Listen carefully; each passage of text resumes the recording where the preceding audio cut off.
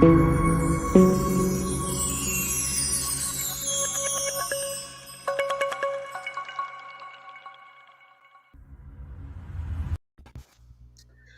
everyone, welcome to UMD Media. UMD Media works on understanding, measuring, and doing, and it tries to contribute for an evidence-based, evidence-driven discourse and decision-making in the Horn of Africa, particularly in Ethiopia. Today is Friday. We are back with the H panel, otherwise called the Horn panel.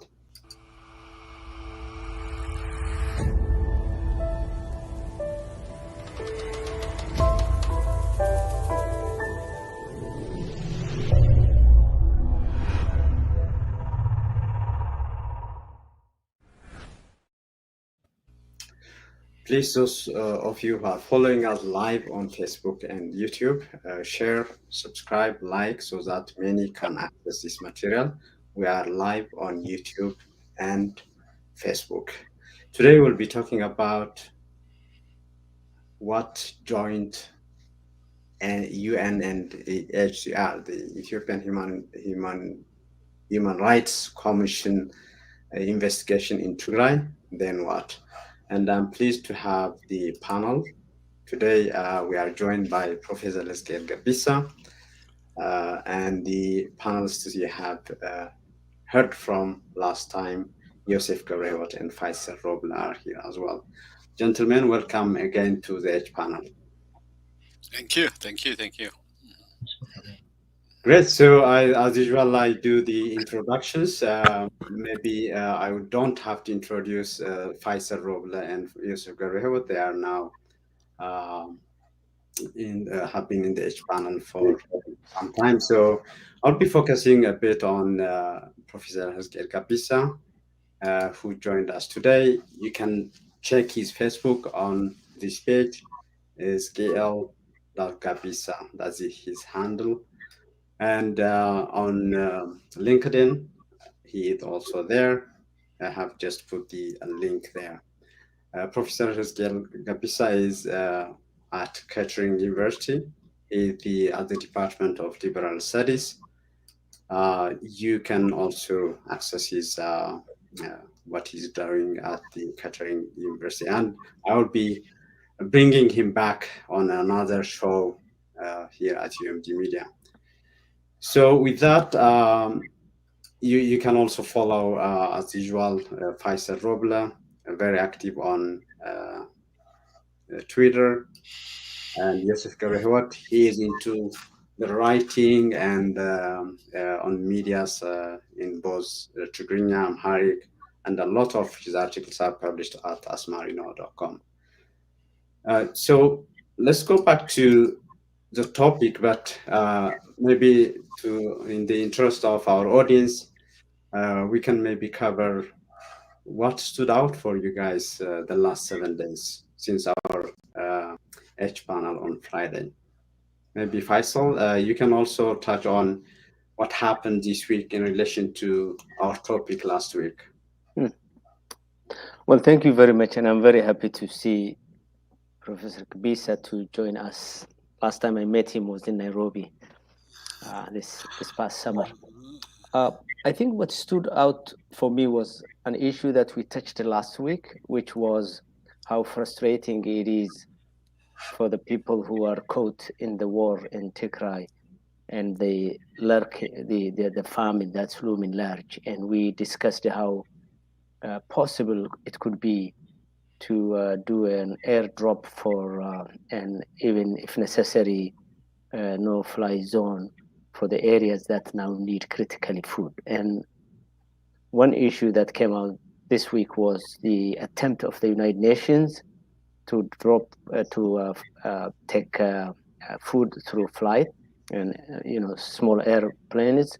And the Ethiopian government sabotaged that by raiding Mekelle at the same time that the flight was supposed to be happening. So there seems to be an intent to completely blockade and encourage the famine. The other thing that stood out for me was really the international, in addition to the war that's happening in the north, which is at this point in time a stalemate in the Dessie Kombolcha area.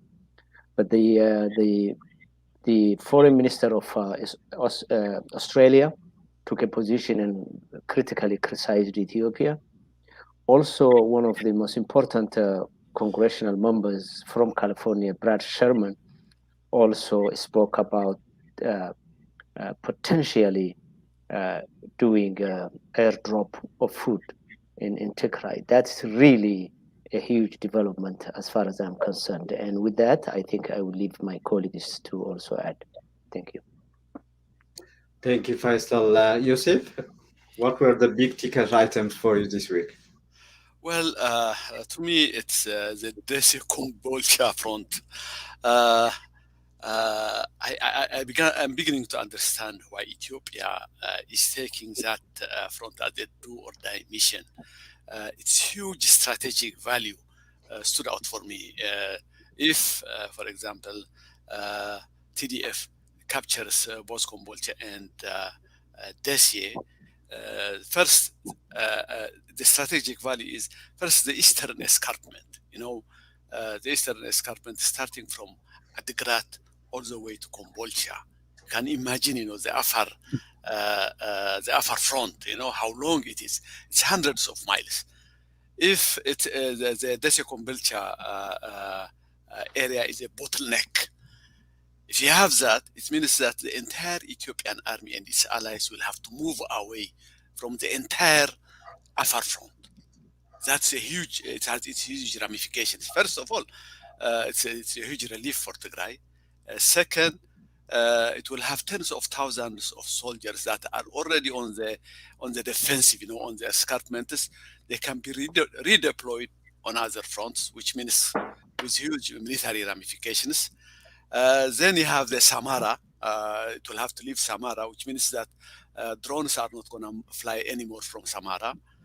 And then you have Oromia, which means that they will have easily connect with OLA because of that. And then the front will be the Shoa front. Fifth is the Shoa front will be the new front. And most of all, the Djibouti Addis Ababa road will be blocked. And then, of course, you can also add what the West's reaction will be. Will it begin to take TDF seriously? So for all these reasons, I thought that the war on the Dessie Kombolcha front is what stood out for me on this, besides what, Faisal already said. Great. Thank you, Yusuf. Prof. Scale, how went the week for you? Well, we're talking about Ethiopian politics. So what stood out for me this week on the Ethiopian political scene is the war. The civil war in Ethiopia has now turned a corner. It's the balance of power is clearly in favor of the TDF. The Ethiopian military is completely in shambles. The Amhara special forces, they don't even have weapons to fight against the TDF. They're putting young men and women on trucks and giving them machetes and axe and other things to fight the heavily armed TDF. And at the beginning of the offensive by the Ethiopians, the victory meant for the Tigrayan Defense Forces to hold their line of defense along the Chifra to Mersa to Gashana. That was the front line in the southeast and the southern front. If they had held that line, that would have been considered a victory for the TDF. For the Ethiopians, the challenge was to break through TDF defenses.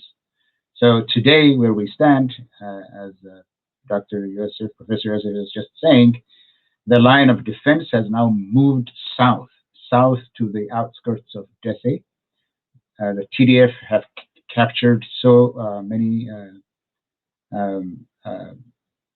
defensive lines that are really important for continued offensive for the TDF. So they are on a counter-offensive.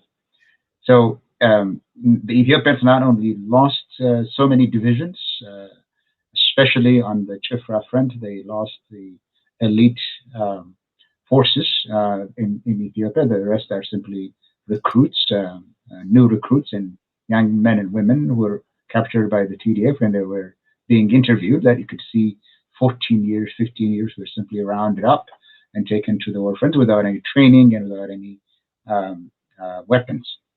So it had turned the corner, and that had changed the behavior of the Ethiopian government. On the one hand, it has resorted to aerial bombardment.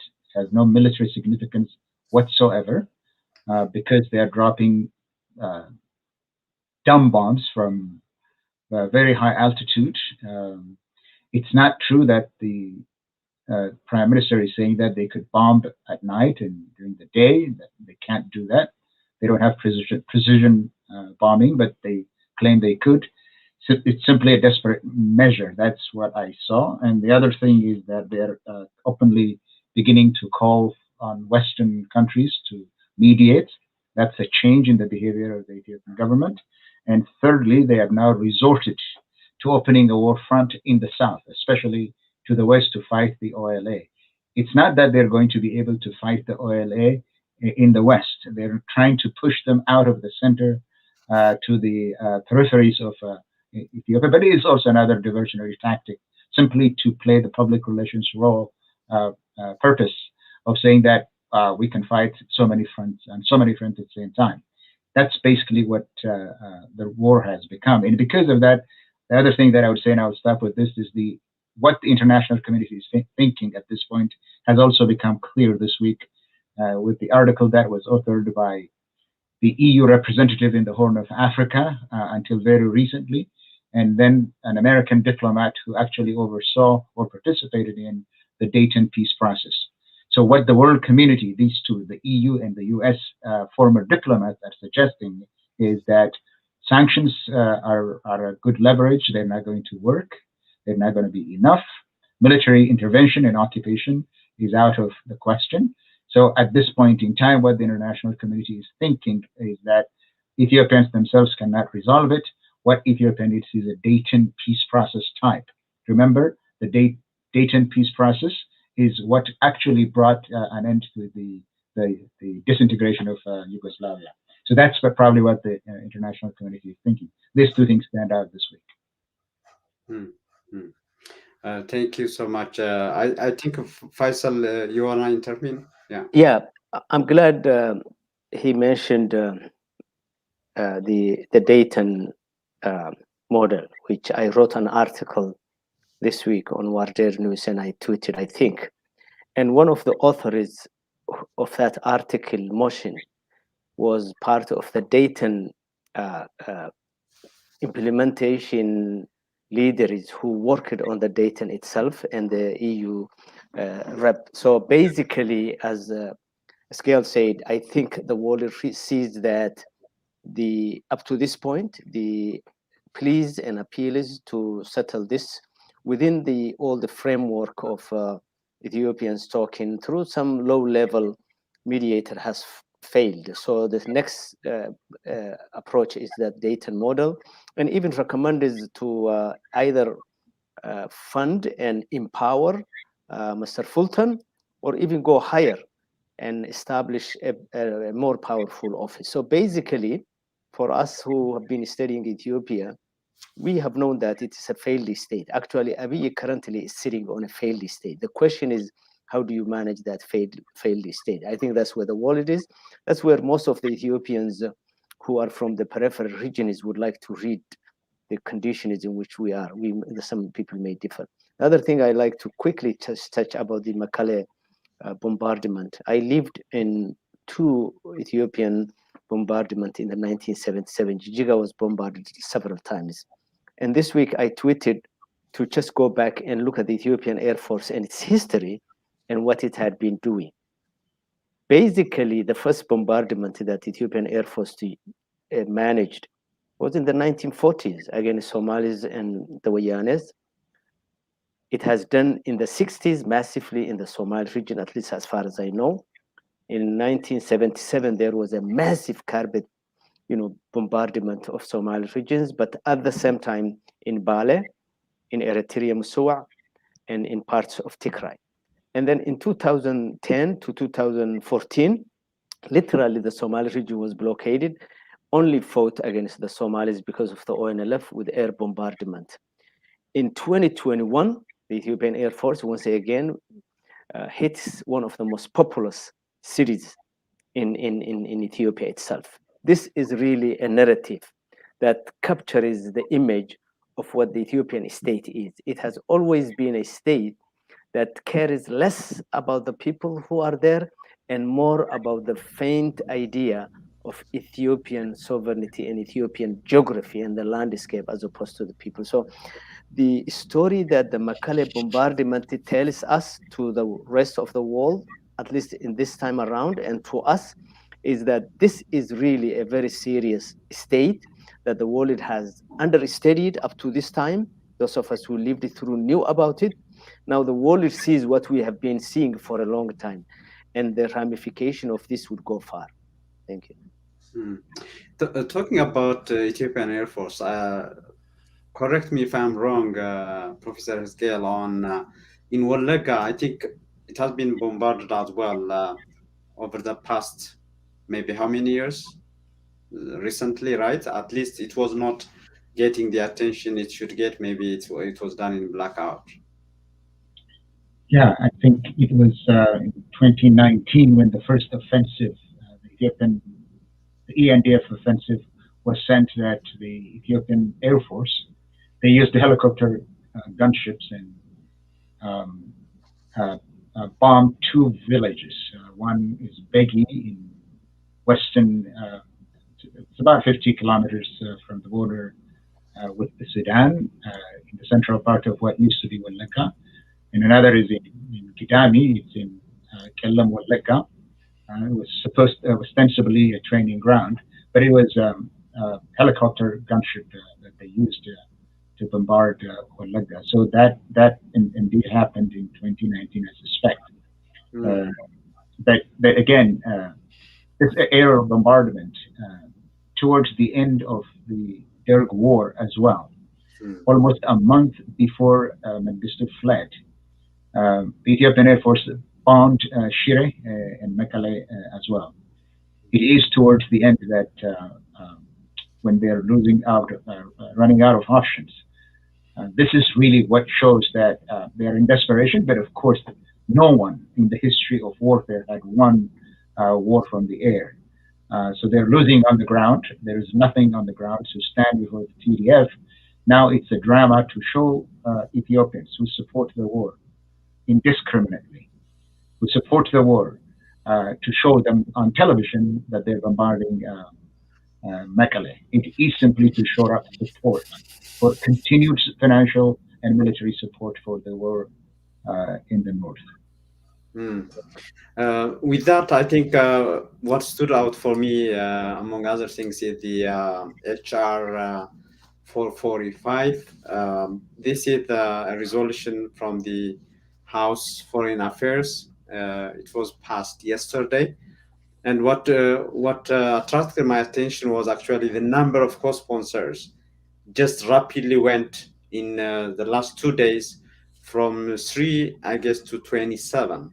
If you look at the dates, it's not maybe as visible, but I think that Mekelle bombardment might have encouraged some of these members to co-sponsor this resolution that calls for violence to end, all these human rights abuses to be resolved, all that and so on. With that, maybe that's a good entry point for our topic today, the joint investigation. So this started in March 2021, where the UN High Commission for Human Rights and the Ethiopian Human Rights Commission signed to do a joint investigation in the human rights issues in Tigray. And September 13th, they said they have already completed the field studies and they are writing the report, all that, for scheduled to be released 1st of November. So what do you make of this joint investigation? Let me start with Professor Esgail. I don't know what to make of it. Of course, I've heard about it. I've gotten some people who know about it. I've spoken to them. I think on the whole, it's a joint investigation by the EHRC, that is the European Human Rights Commission, and the UN-CHR. The actual investigators, or the actual investigation was conducted even for the UN staff by Ethiopians. It's not the UN in Geneva that sent investigators to Ethiopia, it's UN Ethiopia that investigated it, and the investigators were entirely Ethiopian staff, local staff. And of course, the EHRC is the staff is Ethiopian. They did interview thousands of interviewees. They also corroborated those interviews' evidence with what they the so-called one-stop center. That is where reports carried out by several organizations is assembled and given access to investigators. So these investigators did have access to the legal and medical and other reports of international organizations, NGOs, medical institutions, and UN shelters. They did conduct thousands of interviews indeed. But the methodology that they used for testimony verification was the standard was set by the Ethiopian Human Rights Commission. Even though it's a joint investigation, the methodology that they used for evidence verification is one that is developed by the EHRC, like the threshold of evidence verification and the standard of admission, all of those. That said, they did find evidence of crimes in 15 areas. They investigated in 15 areas. I don't have to go through them, but 15 areas like attacks on civilians, attacks on protected areas and persons, unlawful attacks on extrajudicial killings, crimes against refugees, torture. 15 categories. 15 categories is where they investigated, and they did find reports of evidence of abuse and violations in all 15 categories. They have reported on about 64 incidents that they investigated. That is what has happened. But I don't think the information is complete because in Western Tigray, the investigators basically focused on Amhara victims. They sought out, even when they did not exist, Amhara alleged victims to try to balance or to try to suggest that the TPLF as well did violate human rights. Some places where we know that international organizations investigated and found evidence, like in Aksum, Adwa, Mariam Dingalat, these were not included. No investigations were held in those areas because of security concerns for ostensibly UN staff. And they cannot be impartial as well. Ethiopians who worked on the UN staff, the Ethiopian investigators, are ones that are blatantly biased. The reason that I say this is some of the investigators on their Twitter handle sport that they are unapologetically Ethiopian, which suggests that, of course, they are proud Ethiopians, but that's not what I am an unapologetically Ethiopian means. It simply means that they believe in the doctrine of Ethiopianness, which is what led to the war between the Ethiopian federal government and Tigray. There is also this bias of both sides, sidism, that they did not want to blame on the Ethiopian government, so they conducted interviews seeking evidence to incriminate the TPLF as well. So that is the overall impression that I have of the investigation. We will know more when they release it on November 1st. Thank you so much. Very good. Yeah. So maybe before I go to Joseph, I want to play to just a very short clip what might also support what Esgail was saying on the neutrality, impartiality, all that. So let's do that. It is comforting to learn that the military operation did not result in as severe consequences as it was originally feared to be. There was talk of a huge bloodbath. There was talk of a huge. This is a very short clip that was it was from his intervention. I gather it's after the capture of Maqala by ANDF and the November 28 victory declaration by the Prime Minister. So, fighting this and other things that many people, questioned the neutrality of that. This is an April 12th article at the Ethiopian site by a lawyer, Getachew Christos, and the OMNA talk about that as well. The OMNA is a not-for-profit organization focusing on Tigray. And recently, just this week, we saw the article by a number of authors from the World Peace Foundation, again questioning that. So, Joseph, what is your insight on? You have been following this closely for the past months. Yes. Probably Professor Eskiel has given us a broad view of of what we might consider the content of that finding. I am more concerned about the process rather than the content of it, because it's almost like a fait accompli. What the content will be, what the result of this finding will be, is almost a fait accompli. You can understand that.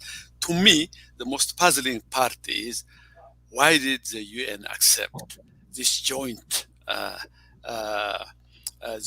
investigation with Ethiopia?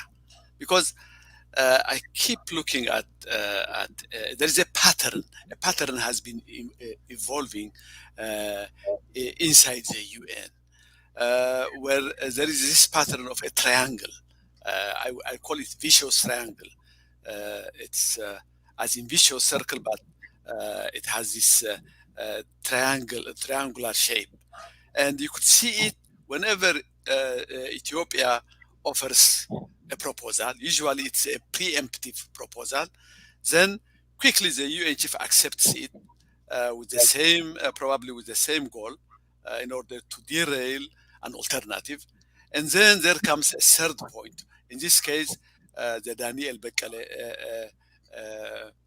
angle. So let me give you a few examples of that. For example, when the unilateral ceasefire was offered by Ethiopia, the UN chief quickly accepted it. He legitimized it, and by legitimizing it, what he did was he was almost painting at the same time Tigray as a belligerent party, because it's not going to accept the unilateral ceasefire of Ethiopia. Now, if you look at Daniel Bekele's report on the UN, he makes the ceasefire, he takes it as a premise, as a genuine ceasefire from which to begin his argument. And when you look at, for example, negotiation nowadays, when the world began to press Ethiopia for a negotiation, for a settlement on negotiation, then what the Abiy government did was that same strategy. It used a preemptive proposal, because it guessed it right that if it waited, then a neutral body could be assigned for that negotiation. Therefore, it proposed the AU, the African Union, to head that negotiation, which is of course a non-starter. Now look at the angle. The Abiy government proposes a preemptive proposal, and then Guterres of the UN chief quickly accepts that proposal. By doing that, he eliminates any neutral body from coming to that negotiation table, and then the EU also quickly embraces that proposal that has been offered by Guterres. So you see this vicious triangle. And now the EU is waiting for that report. It has said so, for that report, for the November 1 report, on which it will base its decision on what sanctions it will impose on either Ethiopia, or Eritrea, or even TDF. So you see this. I mean, it's almost like the same entity, vaguely the same entity, appearing at the three corners of the triangle. Now, if you look at the investigation, it's the same pattern. What happened was, Abiy's government, it happened after the massacre of Aksum became known by the outside world, and then everyone was calling for an independent investigation to be conducted inside Tigray. Now, Abiy's government quickly moved. It made its preemptive proposal of joint investigation. Now look again. Guterres, the UN chief, also quickly accepted that proposal. Quickly accepted that preemptive proposal, and then in the same pattern, the EU embraced it quickly. Also, that investigation proposal. So you can see that triangle. It's almost like there is also pillars on that triangle that support it. For example, when the EU embraced it, it has to legitimize first Daniel Bekkele's work. It has to make it look genuine. And one of the things that happened parallel to, at this moment was Germany was giving its peace prize to whom? To Daniel Bekkele. The moment it gives his prize to Daniel Bekkele, then it looks as if what? It legitimizes its work ahead of time. So we see this pattern. I am more fascinated by this pattern that always involves the UN, especially Guterres, and people are not focusing so much on Guterres. That's what I believe that as they should, because they have no idea why he's doing this. Probably, that phrase that Ethiopia's unity and stability comes foremost. But another angle is the EU's interest in this, its migration problem, and all the other strategic reasons that the EU and the US bring in the front.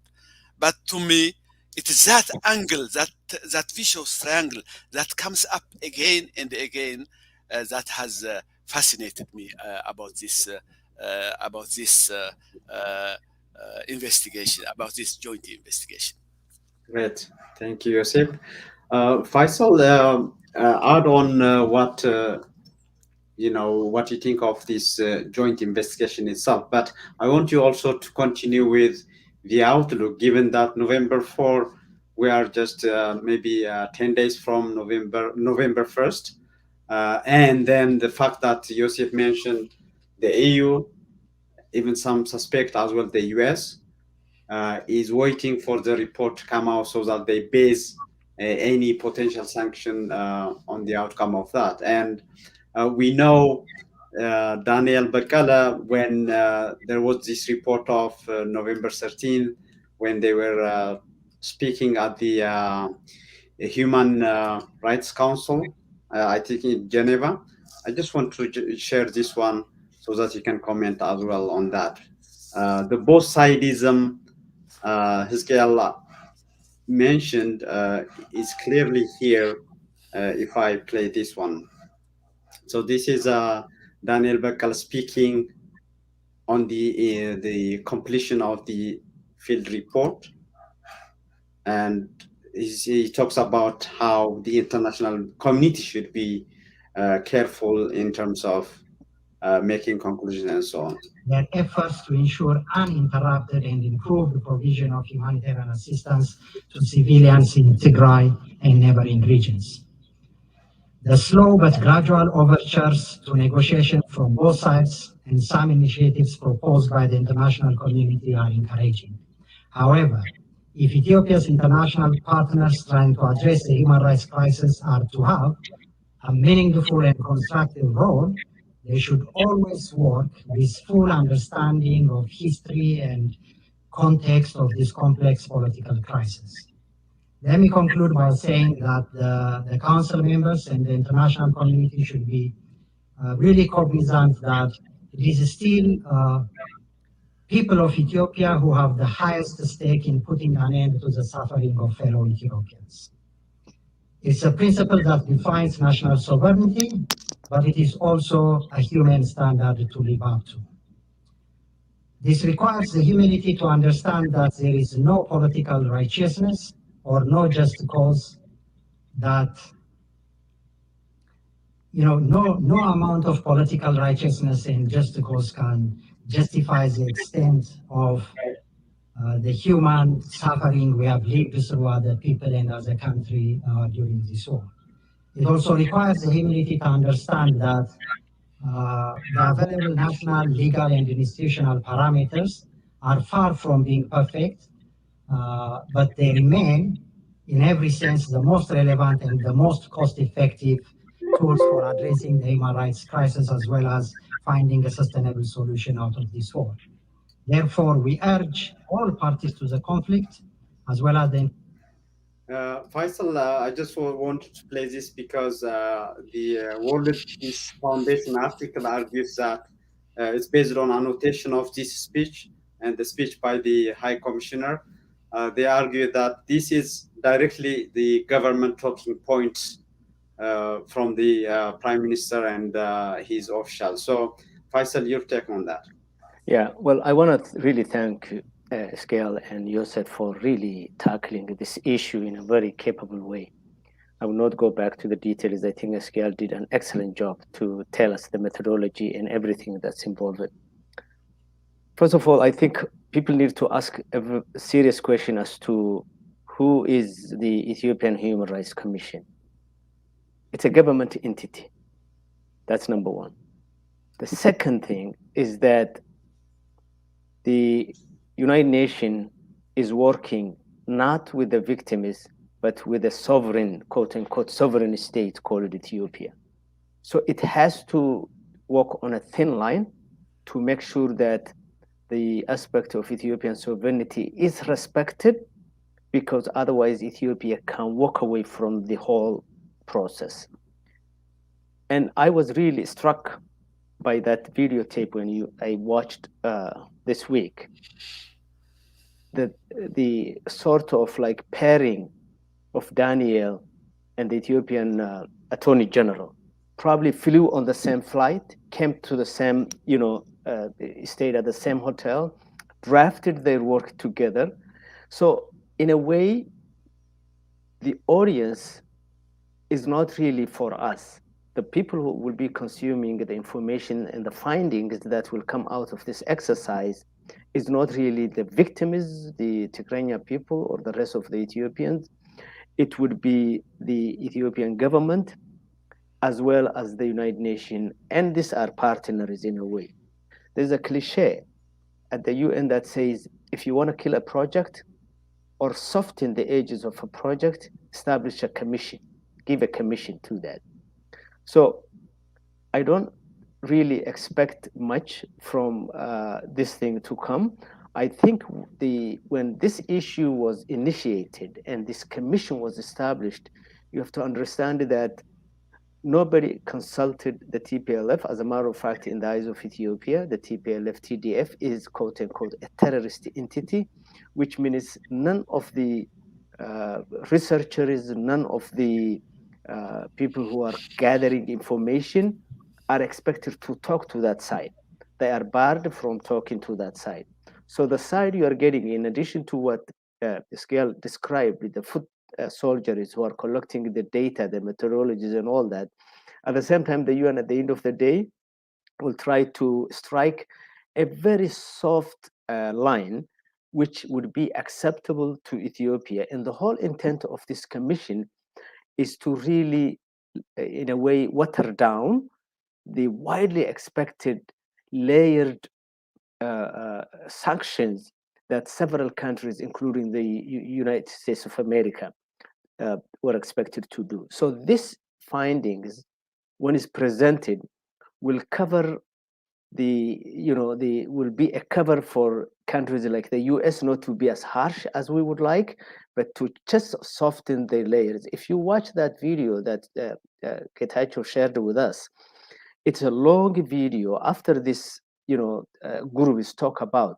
then there is a host of activists addressing, and the activists really speak to the real issue as much as we would like, as opposed to this what I call bureaucrats from the Ethiopian government, including Daniel, whose budget comes from the Ethiopian government, by the way.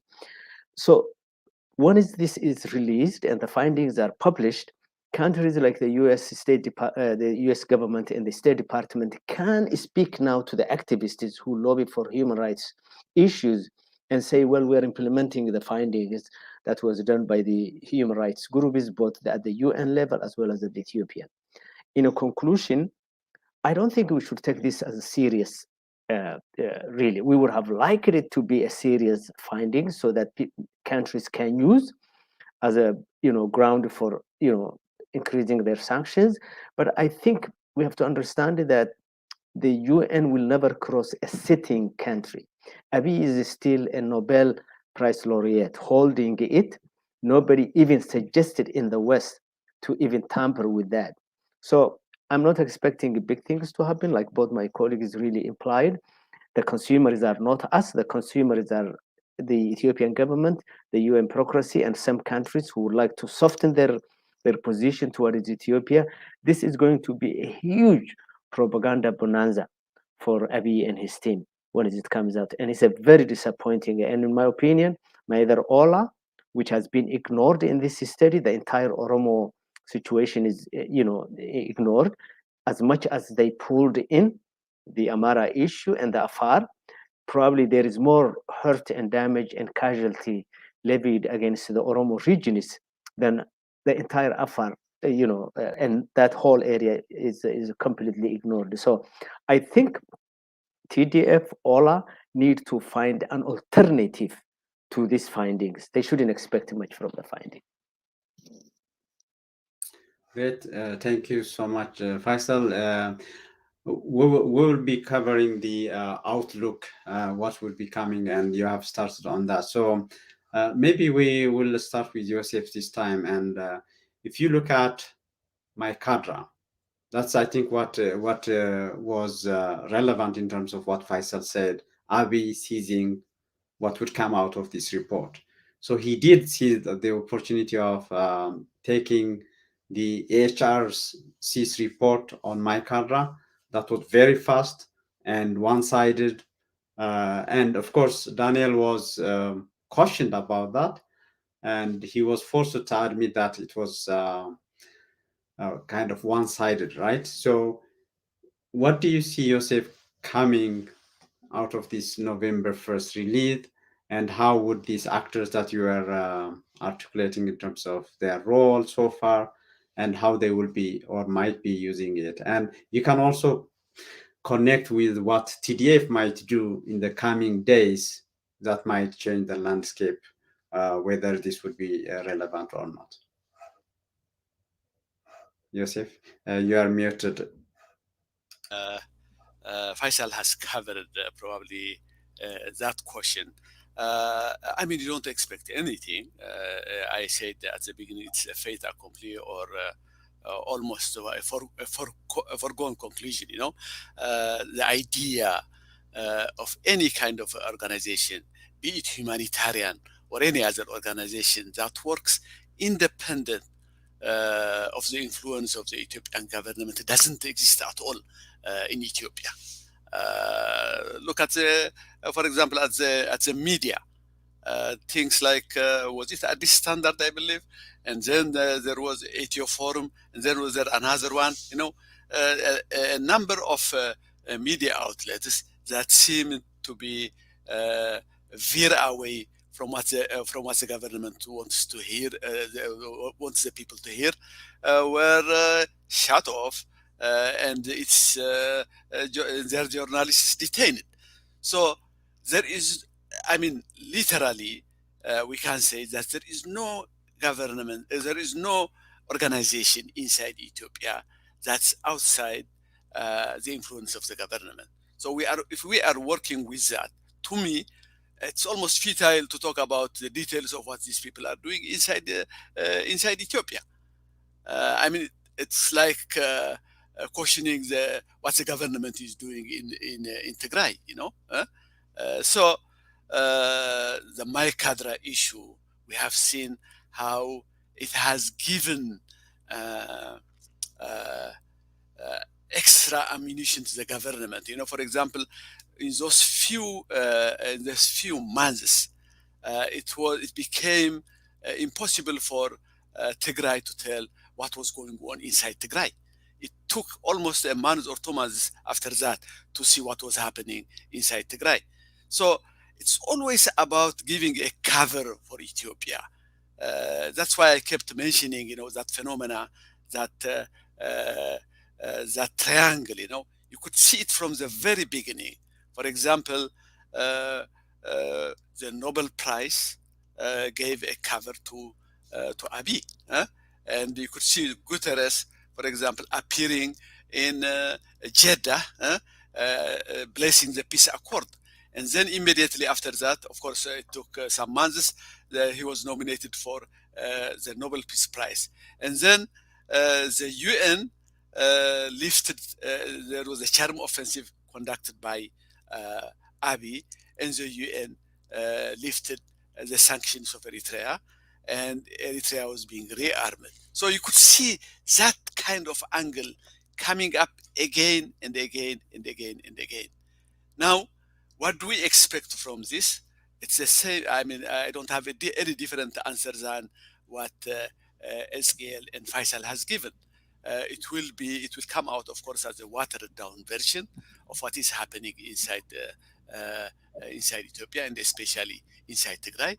It will also, the second mark of it will be, it will try to balance it in a way to make it seem that the crimes are being committed both by the TDF and by the Ethiopian army or by the Eritrean army. Now, it's not that the TDF is clean in this thing. Nobody could be clean in a war of this magnitude. But the proportions is what is lost. The proportion and the intention also. I mean, the intention of genocide that has been happening inside Ethiopia, they will not even raise it. You know, it's impossible to expect from this kind of findings that they would say something about genocide. Forget about genocide. They are not going to even say about the intention of famine inside Tigray.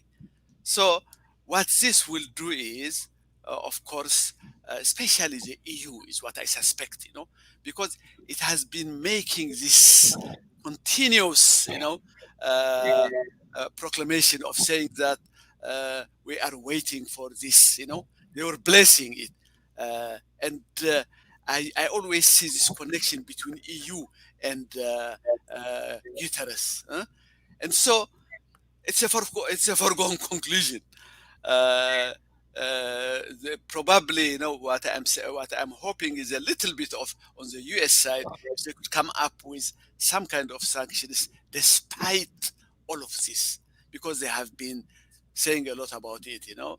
But even that is not, it's not going to be enough to address the humanitarian catastrophe that is happening in Tigray right now. Faisal probably mentioned before about how these airstrikes are derailing even the idea of air cargo inside Tigray. You know, if that doesn't happen, we will never expect a no-fly zone coming from the west if they are going to base their sanctions on this kind of finding. That's all I have to say. Thank you so much, Joseph. We are not in the venture of forecasting or predicting, but Ezekiel, let's hope we meet next Friday at the panel. What do you see playing out between now and then? You can connect it to what the topic of today, but with what you are closely following I know you have been on a number of medias already the last 24 hours. So you can have a broader brush for us in terms of paint for us what would might play out in the next days.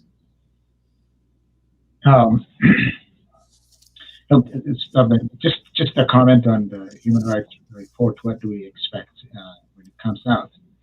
The facts are the facts. The 64 incidents that I mentioned, that's going to come out in the report. The sexual and gender-based violence committed in Bukro, in Raya, in Sambre, in Gijet, in other places with all of these names, that's going to come out. It will be reported. The attacks on infrastructure, the attacks, the shelling of protected persons and properties like hospitals, schools, academies, all of that is going to come out. The attack on refugee camps and the refoulement to Eritrea, all of that is going to come out. What I just said at the beginning about the report is that it will be incomplete because the areas that we already know for fact, because it's been documented and reported by international news organizations and international rights organizations, such as Aksum, where 800 people were murdered, such as the Sion Mariam in northern, in somewhere around Adigrat. That's not included. If the bigger ones, like those ones that are already been reported, are not included, how many more are not included? So it would be incomplete.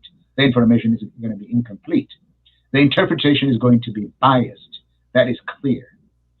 But regardless, I have not seen any human rights report in the history of human rights reporting, abuse and reporting around the world where governments were spurred into action to prevent massacres. That has happened. Genocide has happened. Ethnic cleansing has happened. But only recently did the international community develop this concept of responsibility to the R2P. That is only recent in a couple of places. So I don't think the report is not going to spur the UN, the Security Council, or Western governments to act. I could see some signs of hope with Russia today coming out and saying that Russia implores both sides to come to the negotiating table and arrive at reach a negotiated ceasefire. Why did this happen? As far as I'm concerned, it happened because the Russians were able to see that the balance of power in terms of battlefield operation is tilting towards Tigray. So what is really driving action in the international community is not the report. It's not going to be the report. It's going to be what is happening on the ground. That has moved countries like Russia to asking or requesting the Ethiopian government and the Tigray government forces, or the TDF, to come to the negotiating table to reach a cessation of hostilities. That's one thing. The second is, I think what I am hearing from international groups is what is spooking them. What would spur them to action is not the report, but they are afraid of the repeat of Rwanda in 1994. They're hearing all this cycle of vindictiveness, the rhetoric of hate, so clear and crisp, even using the word, we are not hating enough. That's one former Amhara official I heard today was saying that we have not produced enough hate of Tigrayans. That's why we are losing. That they are hearing, and that is spooking them. That is what is going to spur them to action. That's number one. The second C is they are seeing signs of a failing state. If not a failed state yet in the eyes of Western governments, as Faisal said, if not yet a failed state, they're seeing all the symbols, the signs of a failing state with its consequent tragedy and its implications for the entire Horn of Africa. That is what the international community is afraid about. They're also afraid that if there is an implosion in Addis Ababa, that the impact, the repercussion is going to be throughout the Horn of Africa to the extent of probably endangering the maritime trade that is passing through the Bab el-Mandeb, through the Red Sea to Europe. That 40% of world trade between Europe and Asia is going to be obstructed as a result. That is what is going to spur them into action. The fourth thing that they are afraid of is that if there is no Ethiopia that is holding as serving as a stabilizing force in the Horn of Africa, there will be non-state actors, terrorist groups that might be roaming in that area. That is what is concerning the international community. And because of that, they are going to act. They're going to do something about Ethiopia. And that is in that context that they were talking about the Dayton peace process that I mentioned earlier. What do we see next week? If, as we are seeing today, on the ground, and that is what's going to matter, and as the TDF and the Tigray government reported, that Kombolcha and Dese are within the artillery range, that means the Ethiopian government is not going to be able to use the airport at Kombolcha to transport more soldiers, to transport weapons, and to transport supplies.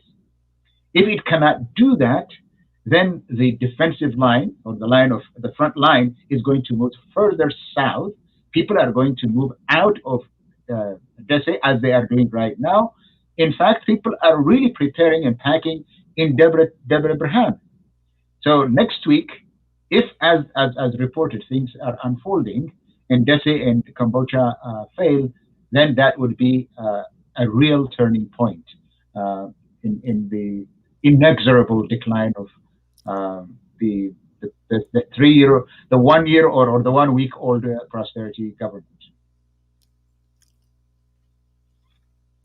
Thank you. I'm glad you mentioned about what is becoming more and more clear in terms of the language used by the officials.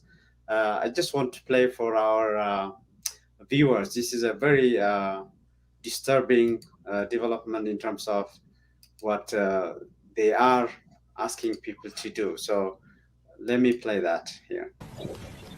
አሁን እዛ እንደተለመደው ዘፈን እንደተለመደው መልእክት አይደለም የምናስተላልፍ ሶስት ነገሮችን እናስባለን።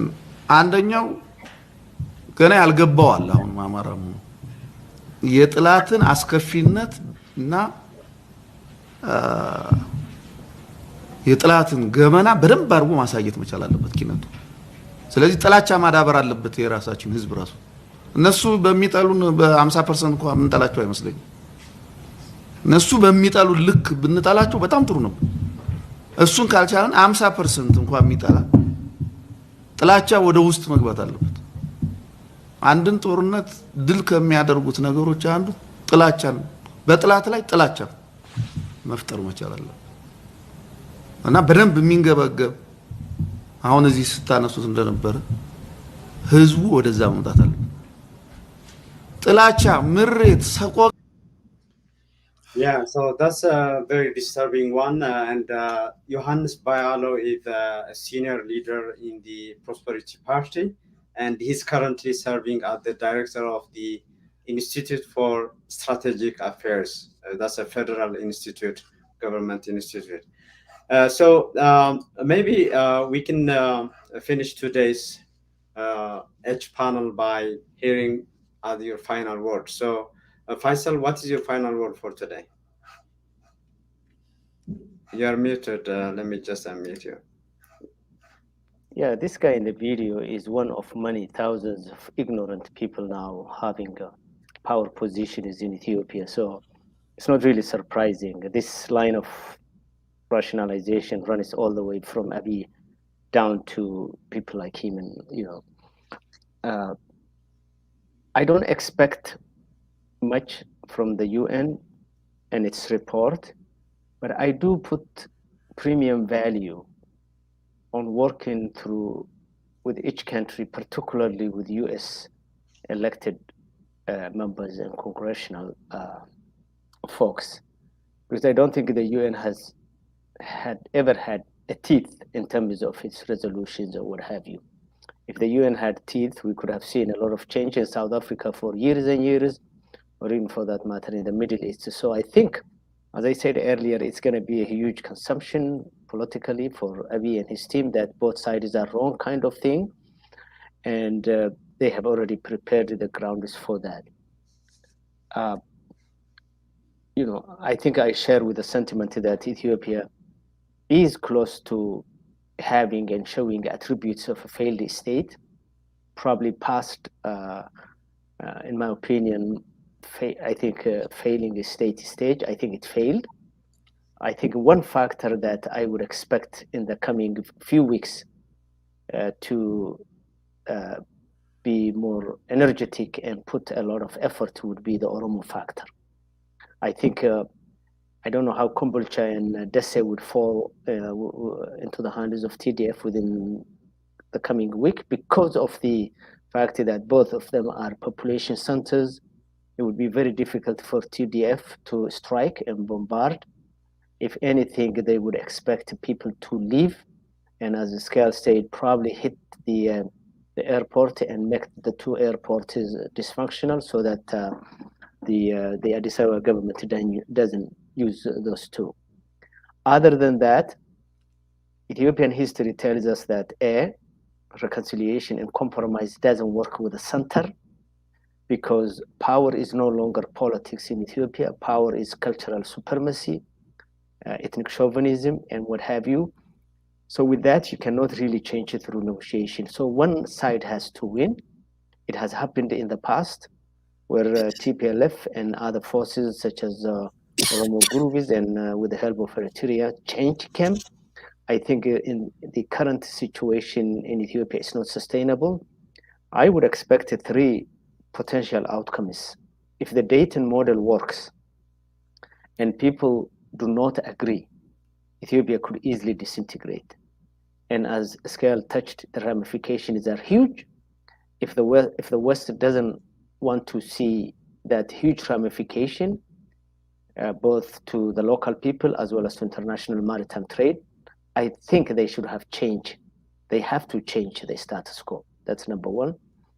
Number two, I think if they want to move away from the Dayton model, they have to call for a nationwide reconciliation conference where the current government is not in the process, but multinational groups come together and agree on a formula to establish a democratic federal system in a transitional period, 2 years, 3 years, we don't know. Abiy and his team cannot transition because of the blood-stained hands that they have. They cannot be the crafters of the new government. And thirdly, I would just say that activists in the United States, because I know the United States very well, more than any place else, need to carry their activism and work through their congressional members and everybody else, and not really put much hope on the upcoming UN findings and UN report. And I'll stop here. Great. Thank you so much, Faisal. Yusuf, your last words? Okay. Number one, on the joint investigation, I used to collect all the names of villages whenever such a kind of any kind of a massacre, starting from 5, 6, 7 numbers, the lowest, to hundreds. I used to collect every name of the village since the beginning of the war, and I stopped only when the war came out from when it came out from Tigray. For about 8 months, so I used to collect, and I came up with a number of more than 250 places where such massacres have been conducted. And this was me who have been collecting from social media, from and other sources. Imagine now, if I could collect more than 250 places where such massacres have been conducted, how is it difficult for an joint investigation with all kinds of forces and with all kinds of power invested in it to come up only with selectively certain areas only? I believe that says a lot about the joint investigation. Another thing is, all that I'm saying, it's a public, it's all the massacres are already out there to see for the people. It's just an idea that a joint organization or joint investigation by UN and Ethiopian Human Rights Organization could come up with a much less focus on certain areas, says it all. The other thing is what Professor Iskiel has been saying, the idea on the West, that it would only move only when, for example, say you have the disintegration of Ethiopia. When they have the disintegration of Ethiopia in mind, always that dreaded phrase of unity and stability of Ethiopia in mind. But at the same time, where I disagree is it has been the main motive for not doing anything. That thing has been up to now has been the main motive for not doing anything, even inside Tigray itself. Because the moment they, for example, the EU has never was always ambivalent in its attitude on Western Tigray.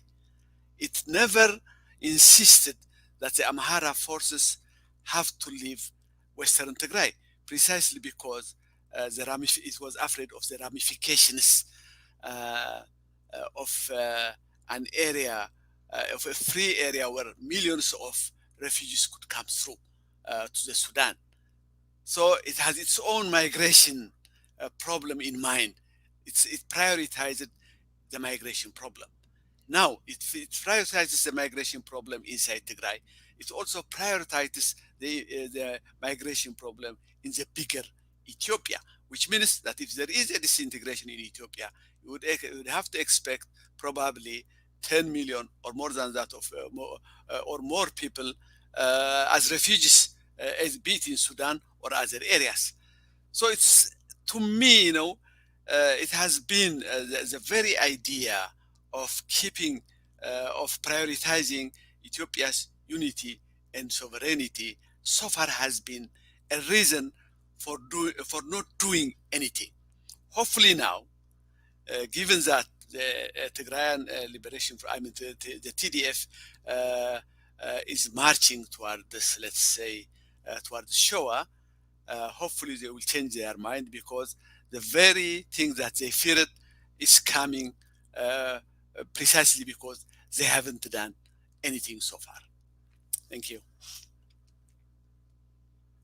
Great, thank you, Yosef. Professor Rizgal, your final word, please. You are muted as well. Let me just unmute. Okay, great. I kind of alluded to what to expect that the final word would be. What decides the fate of Ethiopia is on the ground in Ethiopia. It's what happens in Ethiopia that is going to decide everything, even the international response. The international response would be probably flowing once you know the winner.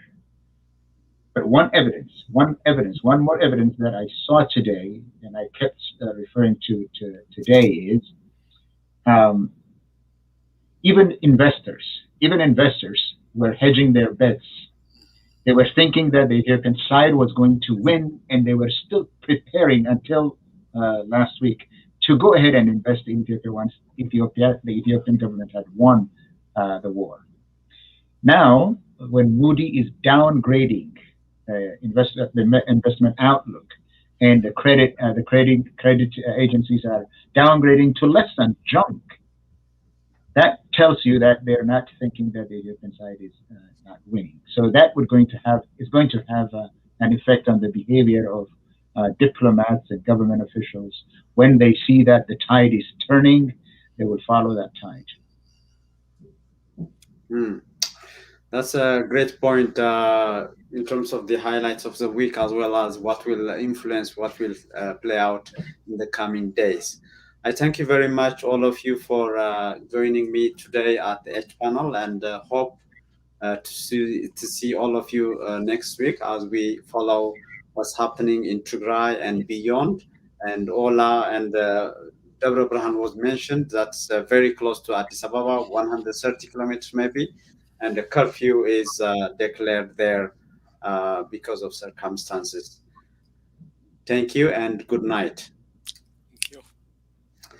You have been following live on Facebook and YouTube, UMD Media's H panel, and I was joined by Faisal Robla, Yosef Gabrahewat, and Professor Hezkel Gabesa from LA, both of them, and Hezkel from Michigan. So that many can reach this material and access it, please share, subscribe, those who haven't subscribed to our YouTube channel. And I will see you next week with another episode of H Panel.